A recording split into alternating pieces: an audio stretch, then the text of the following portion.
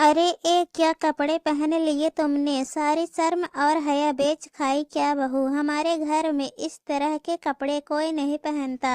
जाओ जाकर साड़ी पहनो, सास डांटते हुए बोली। लेकिन मम्मी जी, हम लोग पार्टी में जा रहे हैं। इन्होंने ही कहा है कि तुम्हें गाउन पहनना पड़ेगा और खुद एक गाउन वो खरीद कर लाए हैं। बहू नैना ने कहा, मैं अपने बेटे को तुझसे बेहतर जानती हूँ। वो तो बड़ा सीधा साधा है। तूने ही कहा होगा कि तुझे गाउन पहननी है तो मजबूरी में उसे लानी पड़ गई होगी। सब जानती हूँ मैं। तुम आजकल की लड़कियों के पति से बात मनवाने के तरीके सास मानने को तैयार ही नहीं थी। पर मम्मी जी, पर वर कुछ नहीं, अभी भी जबान पर जबान चलाई जा रही है। जा जाकर कपड़े बदल कर आ। ऐसे कपड़े पहनकर तो मैं तुझे घर के बाहर न निकलने दूँ। सास चिल्लाते हुए बोली। आखिर बहू अपना मुंह बनाकर अपने कमरे में आ गई। पर हैरानी उसे इस बात की हुई कि पति सोहन भी वहीं खड़ा हुआ था, पर अपनी माँ के सामने उसने एक शब्द तक नहीं कहा। आखिर थोड़ी देर में साड़ी पहनकर वो बाहर आ गई। जैसे ही बाहर आई तब तक ननद सुधा भी अपने सहेली के यहाँ से आ चुकी थी। वो भी अपनी भाभी को देखते ही बोली, अरे ये क्या पहन लिया, आप पार्टी में जा रही हो या किसी मंदिर में? भला साड़ी पहनकर आजकल कौन जाता है पार्टी में? कल आपको इतना अच्छा डिजाइन का सूट लाकर दिया था, वो क्यों नहीं पहना? सही में भाभी, आप कितनी ओल्ड फैशन हो। बेचारा मेरा भाई वहाँ सबके सामने शर्मिंदा हो जाएगा। ननद हंसते हुए बोली। बहू ने सास और पति की तरफ देखा, लेकिन दोनों ही चुप थे। अब यहीं खड़ी रहोगी या जाओगी भी? पार्टी के लिए देर नहीं हो रही है?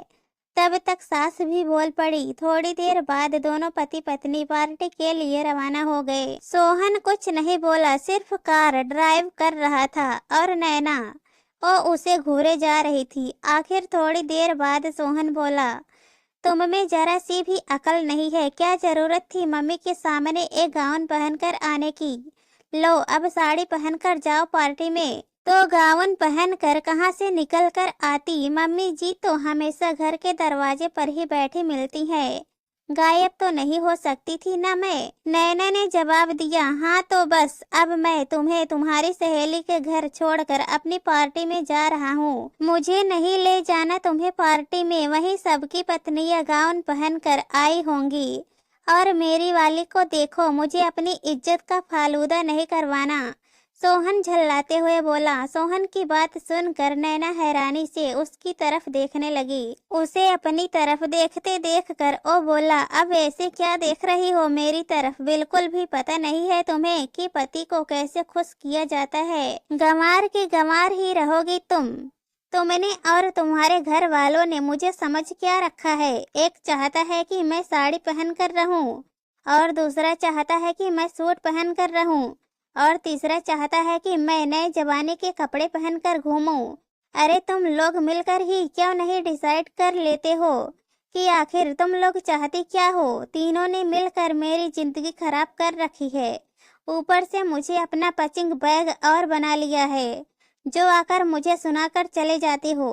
अपनी मम्मी के सामने तो तुम्हारी जबान तक नहीं खुलती है और यहाँ मुझे सुनाए जा रहे हो। और तुम तीनों को खुश करते करते मैं कहाँ खुश हो पाती हूँ? मैं क्या चाहती हूँ उसका तो तुम लोगों को ख्याल ही नहीं होता। तीनों की तीनों बस ऐसे सिखाने में लगे रहते हो जैसे मुझे कपड़े पहनना ही नहीं आता। एक अकेली बहू हूँ, आखिर कैसे सबको खुश कर सकती हूँ? बस बहुत हो गया। अब से मैं वही पहनूंगी जो मुझे पसंद है और आपकी जबान नहीं खुलती है अपनी मम्मी के सामने तो जवाब मैं दे दूंगी।